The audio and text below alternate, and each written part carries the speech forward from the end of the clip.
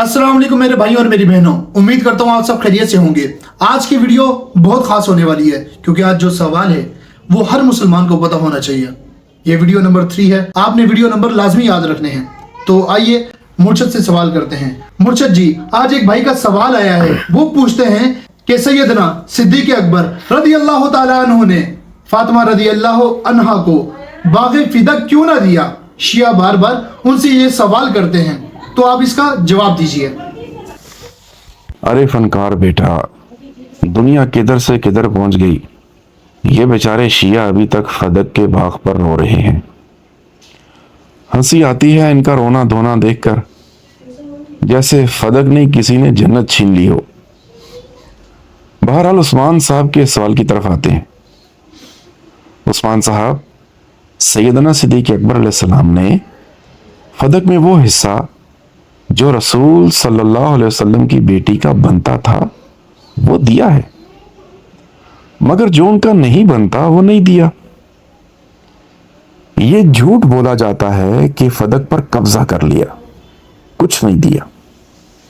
बिल्कुल दिया है, बस जो उनका हिस्सा था वही दिया है। देखें, फदक माले फै कहलाता है। बिल्कुल। ये वो जमीन होती है जो बगैर जंग के रसूल सल्लल्लाहु अलैहि वसल्लम के कब्जे में दी गई। अब उसकी तकसीम अल्लाह ने बताई है कुरान में। यानी फदक में बहुत सारे हिस्से थे। अच्छा। रसूल सल्लल्लाहु अलैहि वसल्लम का भी एक हिस्सा था, फिर उनके कुर्बा यानी रिश्तेदारों का, यतीमों का, मिस्कीनों का और मुसाफिरों का भी हिस्सा था। ये सारे हिस्से अल्लाह ने किए हैं और सूरह हशर में बयान किए हैं। आयत नंबर 6 और 7 देखें। अब आप बताएं, क्या फदक सिर्फ एक बेटी का हो सकता है? नहीं। बाकी कराबतदार किधर गए? यतीम, मिस्कीन, मुसाफिर, उन सबका हिस्सा छीन लेते क्या और सैयदा फातिमा को दे देते? ये कैसे मुमकिन है? ये शिया सिर्फ धोखा देते हैं जी। सारा फदक सैयदा फातिमा के लिए था, नाउज़ बिल्लाह। कुरान का इनकार करते हैं और अल्लाह के मुकर्रर किए गए हिस्सों का इनकार करते हैं।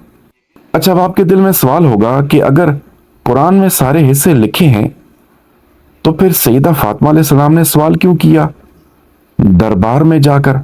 अब इसको अच्छे तरीके से समझ लें। पहले तो दरबार कोई नहीं हुआ करता था, बस मस्जिद नबवी ही ईवान सदर था, वही हेडक्वार्टर था और वही खलीफा राशिद का मकाम था। अगर उसको शिया दरबार समझते हैं तो वो दरबार नबवी था बस।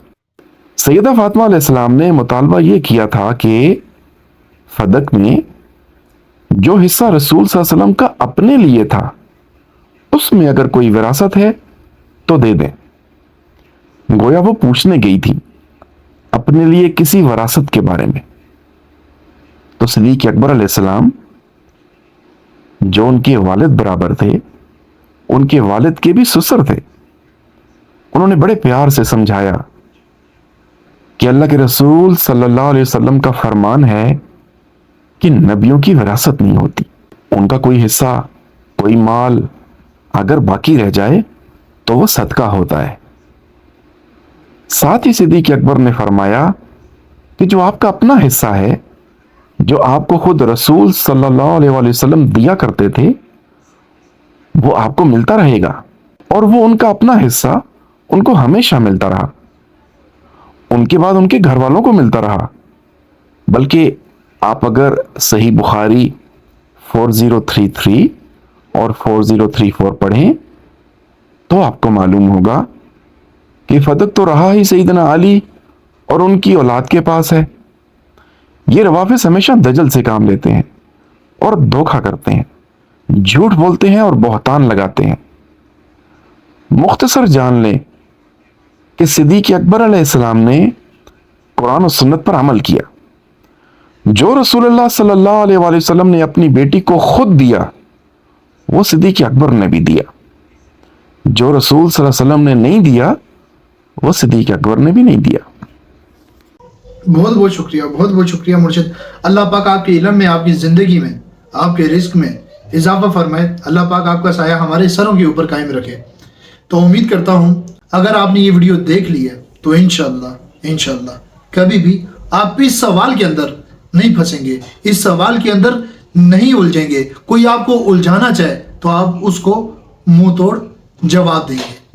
तो अगर किसी भाई का कोई सवाल है तो वो कमेंट में कर सकता है। बहुत शुक्रिया, दुआओं में याद रखें।